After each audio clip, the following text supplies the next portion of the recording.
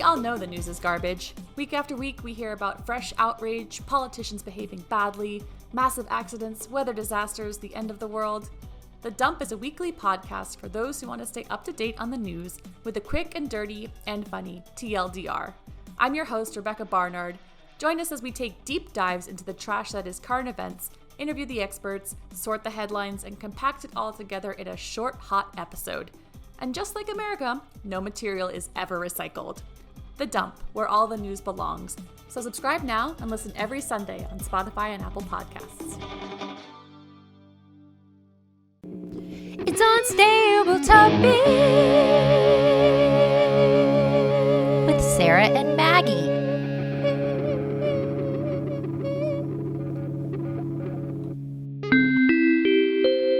Please hold for an important message. Hey, you've reached Sarah Adams. I can't get to my phone right now, so just leave me a quick message and I'll give you a call back as soon as I can. Thanks. Well, hello, Sarah Adams. It's me, Maggie Reese Austin. And I just wanted to say how much I love the little flyer you made about us shooting and editing footage for events, for recaps or promos, because that's one of my favorite things to do with you is go to fun events, capture the spirit of it, edit a nice little video and reel, and send it off to these companies and organizations so they have some beautiful content. So I'm just excited to get that up on the website and do more of it with you, really, honestly. It's kind of like working but not working because it's so dang fun to do. Okay, bye. End of message. Hey, welcome to Unstable Topics, a fast-paced, jam-packed, unhinged bestie podcast filled with facts, reacts, and made-up games in between. We're your hosts, Sarah And Maggie. and we're excited for you to join our best friend hangout, where we surprise one another with things we find interesting or hilarious just to see how the other will react. Our friendship might be totally stable, but you never know what your bestie might throw your way to knock you off your game. So come shake things up, learn something new, and laugh along with us. This is Unstable Topics. Hey, bestie. Hey, bestie. So this is unstable to me. When we're recording this episode in the year 2023, I am currently 39 years old.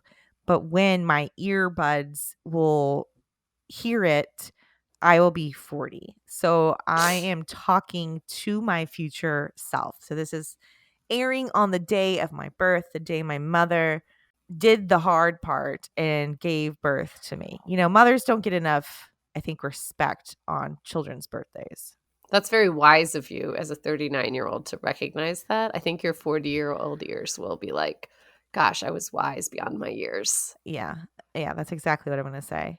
I feel this way, and I don't know if it's because I'm a mom now and you have perspective on it, and you go through labor or whatever process you go through to become a parent or specifically a mom. And then the child has a birthday and you're so excited for them to grow older. And, you know, the first year is really about the parent surviving the first year. And it gets less and less and less about the mom as the child ages. So I just want to say thanks, Mom, for doing an amazing job 40 years ago. How do you know your birth story? Like the story of when you were born? I do. I was born very early in the morning, which tracks. I came very fast. So fast, the story goes, my Nana, my mom's mom, was there, and my dad. And the doctors thought I wasn't, that my mom had time. And it was not with an epidural. She did it all natural. And story goes, they ordered a pizza. And I guess my mom was like, you're going to freaking order a pizza and I'm in labor? Are you kidding me right now? And I was also on board with this thought, like, no one's going to steal this thunder, you know?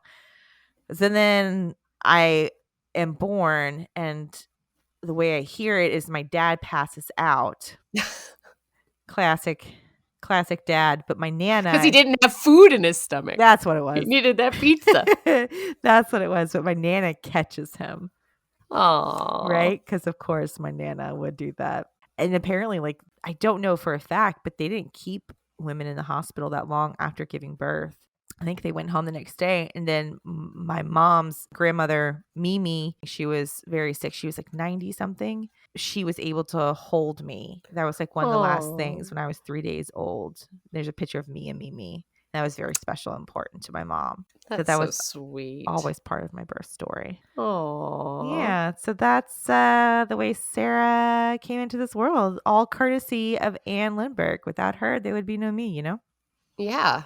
I wonder, just thinking about pizza, and then we've talked previously on the podcast about like how Jamie, your husband, is always looking for the deals for pizza.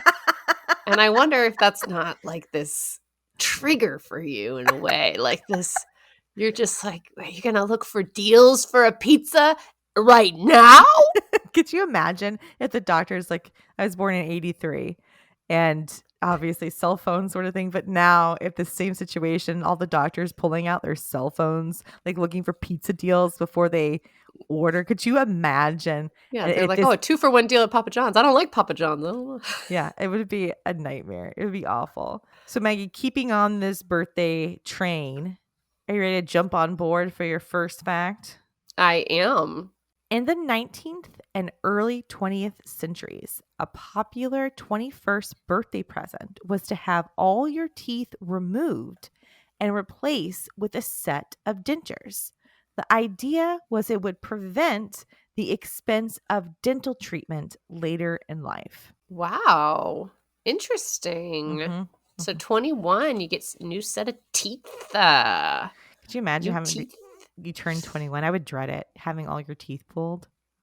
Yeah, it's one of those things though. It's like culturally that probably was a status symbol, and it was like, look at me, now I got these new teeth, but also it was the late 19th, early 20th century, so it was anesthesia a thing. Like that would be a very painful way to start your 21st birthday versus now the tradition of just getting really wasted and then waking up feeling in pain. Back then it was like we're going into the day expecting pain. Right. And then you wake up the next day. Did you have a big 21st birthday celebration? No, I think I went to a piano bar. Like Pete's Piano or something like that? 'Cause Yeah, Pete's you're in Piano on Austin. 6th Street. Yeah, that's what I did. But I also was like, I just felt like I was so over the party scene when I was 21.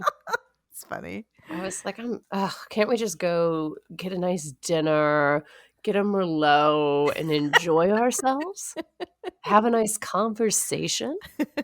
And now you're like, give me two. Same thing, I guess. Yeah, no, I'm really the same person. You're the same person. I haven't had a birthday party, though, in a minute. But yeah, I didn't do a big blowout. Did you do a big 21st birthday? Not that I remember. I think so. Not that I remember, right? No, it wasn't like a big, like a small group of us maybe went to a couple bars because you would show your ID and they would give you free drinks because it was turning 21 on your birthday. I think we did that on Fry Street, but it wasn't like, I don't remember there being like a cake or a party or, you know what I mean? Like invites. Like 30th, as you know, I did it big. That was a great one. I did it right on my 30th. Yeah, when I turned 21, I did not have my teeth pulled, nor do I remember like waking up in pain the next day. That's weird. Isn't that strange? I feel like nowadays, is it still a big deal when people turn 21? I don't even know. Because it's kind of like, are birthdays still even like a super big deal? Yours, obviously. Is a big deal. Happy birthday. Happy birthday. I think so. I think now what's interesting is on the social medias, all the people that I went to school with, the college and all that stuff are also now celebrating their 40th. So I get to see how different people, how they're choosing to celebrate a big milestones like your 21st. Talking about birthday parties makes me want to know the reaction to this question. So Maggie, are you ready to react? Yes. Okay. So we talked about a big popular 21st birthday present was to have all your teeth pulled for dentures. I guess people were excited about these. So can you remember your most treasured birthday gift? You know what? I don't really remember birthday gifts. I'm trying to think. I guess maybe for my 30th, someone, I can't remember who, sent me a dancing chicken in the middle of a restaurant, but I don't know. I don't know That's who like that really the was. only. I don't know who that was. And I wasn't That even was there to see it. I know. You didn't even come to my 30th birthday. I didn't. Did I just give birth? Where was I? No. Where I was don't I? know. Where were you? Why weren't you there? No, because he turned 30. I was 34. And you were gone, absent from my birthday. I was pregnant. I was either pregnant or I just given birth. You were pregnant, but you had not just given birth because Yeah, you I gave was birth pregnant. to Walter. Yeah. Yeah. 3 months Why later. didn't I go to your breakfast? That really, I'm going to have to go back and look. But I did send a chicken. But you sent a chicken. I sent a chicken. Which was the greatest gift. Welcome to Putin on the Ritz, the segment where Sarah and Maggie speak in bad Russian accents and share a Ritz cracker recipe from the internet. Sarah, this recipe for a Ritz cracker treat is one I have made up myself. In honor of your 40th birthday today, I invented Putin on the Ritz birthday cake. Simply take a delicious buttery Ritz cracker, top with your favorite buttercream or cream cheese frosting, add a few colorful sprinkles, and ta-da! A delicious dessert cracker as sweet as you are. What do you think? Hello. Wow.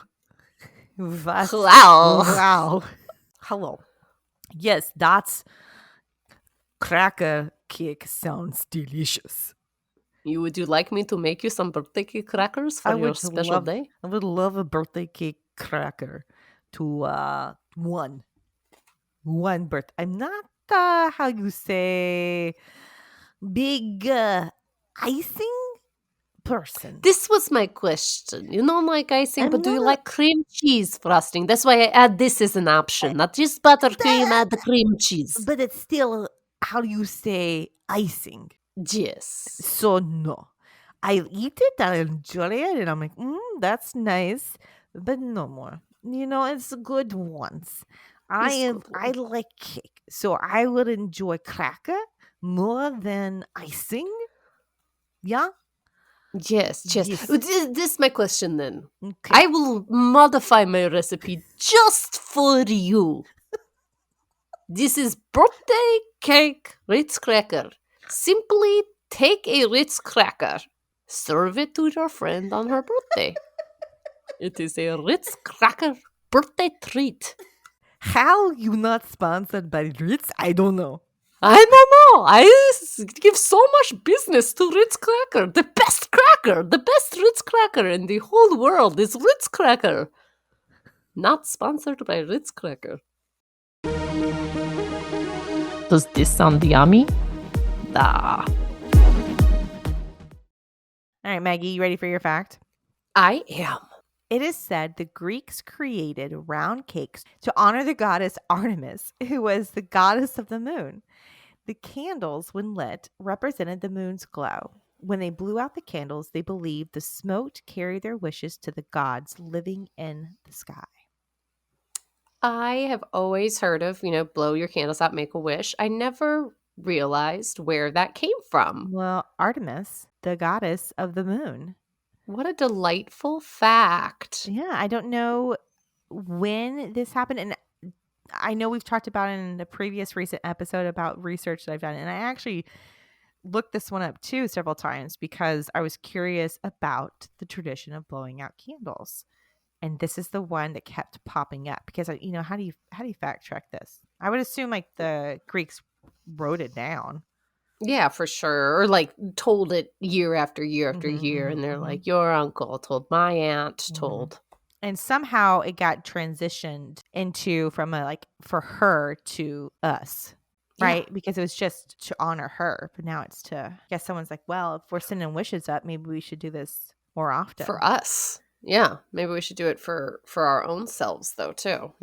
What's your biggest wish? Well, if I tell you, Maggie, it's not going to come true. Well, where did that come? It's not true. I can't. That's not true. How do you know that? You don't know. You don't know. Don't they say that, like, if you want to manifest something, you should speak it into existence? This is true. This is contradictory to what the Greeks did. It's like wish versus speaking, a wish versus a manifest. Maybe the next iteration of birthday cakes is just going to be a manifestation cake where you blow out candles with your manifestation.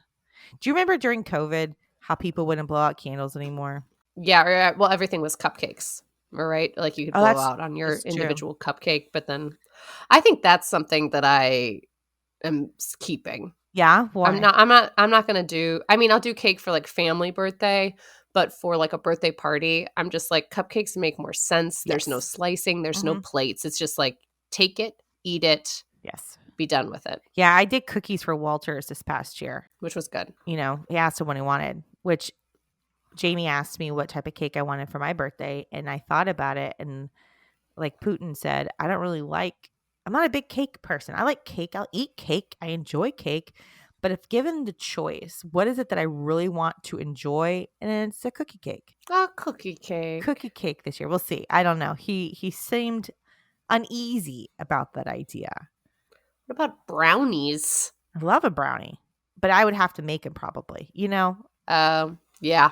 So it's like, no, I get that. But a cookie cake is still technically a cake. It's just a humongous cookie. Yeah. That is called a cake. I am interested. So the react that I have, as we talked about, this came of blowing out candles from the Greeks, right?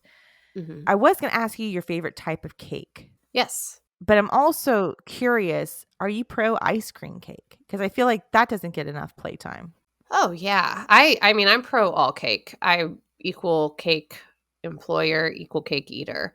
The only cake I'm not a super fan is German chocolate, but that's because of the coconut. You know, not a big coconut guy. There's coconut in German chocolate? Yeah, it's covered in like the coconut outside frosting. I thought it was nuts. No, it's like totally covered in coconut. But it's is like it covered in coconut and also chocolate, like coconut in chocolate icing? Yeah, it's got like some pecan. It's a chocolate cake, but it's covered. It always has this coconut on it. Didn't know that. I'm anti-coconut, so it's probably why it just hasn't been on my radar.